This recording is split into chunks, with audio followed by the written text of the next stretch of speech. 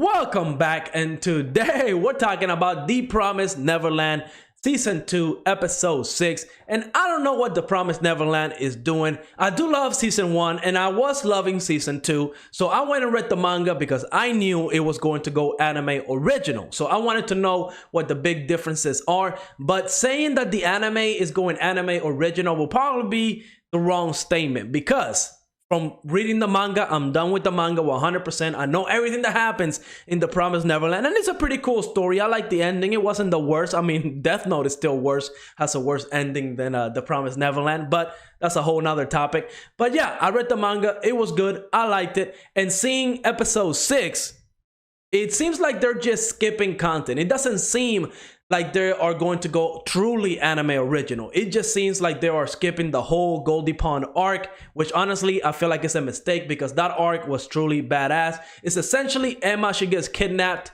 and she has to survive. And the way to survive in Goldy Pond is essentially a hide and seek game to the death. All the kids in there, they all have to hide whenever the alarm sounds, and demons go out and essentially hunt them. So it's like a hunting grounds for humans. Now the big thing is there's a character introduced in that arc, my favorite character, Yugo. He definitely has some big moments. He's an adult. He definitely helps Emma and Ray out. He's an awesome character. He's my favorite character from reading the manga, and it seems like they're gonna cut him out completely out of the story. But on top of that, even in the Goldy Pond, some of the demons in there, they're very important for the last arc of the anime. So with that demon not being introduced, I wonder what's going to happen at the end. So maybe that's where all the changes are going to happen towards the end of the war arc that's going to happen, because in this episode we got to see Norman. He's alive. Huge cliffhanger. And I hate how the next episode after that was a recap episode. Do we really need a recap episode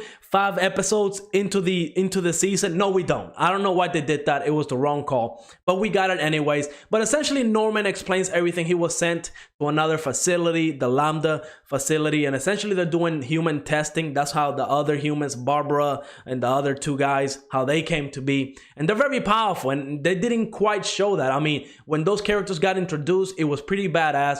We saw what everything that Norman went through, and they're kind of skipping that. And I'm wondering if they're doing it because those scenes in the manga were pretty brutal. And remember, we're dealing with kids, and I'm probably thinking that's the reason why they decided to skip all this stuff, because it was a lot of death. A lot of kids ended up dying, and I'm pretty sure they didn't want to have to like show that, right? It was pretty gruesome, especially the mass production. They talked about that in this episode. Essentially the mass production, they're just creating humans. I don't know exactly how they're being done. Is it bioengineered, or is it the traditional way? But they're just doing it with like the worst type of humans. Whatever the case may be, all these little humans that are being created, they're all messed up. They're deformed. You definitely know there's something wrong with them, like the lowest quality of humans that there can be. And those are the humans that are being fed to like the general population. Again, we learn in this episode that demons need humans in order to keep their intelligence. That's a big deal, because that's going to be a huge part of this war arc. And heck, even Sonju and Mujika are going to be making an appearance, because we know those 2 demons, they haven't consumed human meat in forever ago, and they haven't lost their intelligence. So essentially the anime, it doesn't seem like they're going original just yet. Maybe they're going to change the ending, but at the very least they are skipping some very big arcs that the anime, the manga had. The Goldy Pond arc, they're skipping characters that were introduced like Yugo. Heck, even some humans, Minerva, they're skipping a lot of stuff. The Goldy Pond, we got a lot of information, not only about the world, but different characters and how the human and demon worlds work. So it's kind of like a bummer, but it is what it is. We're gonna have to deal with it. I'm hoping that at the very least, since they're going straight into the final arc of the manga, that they at least change some stuff. Because honestly, if the pacing is as fast this episode was, if they keep going like at this pace,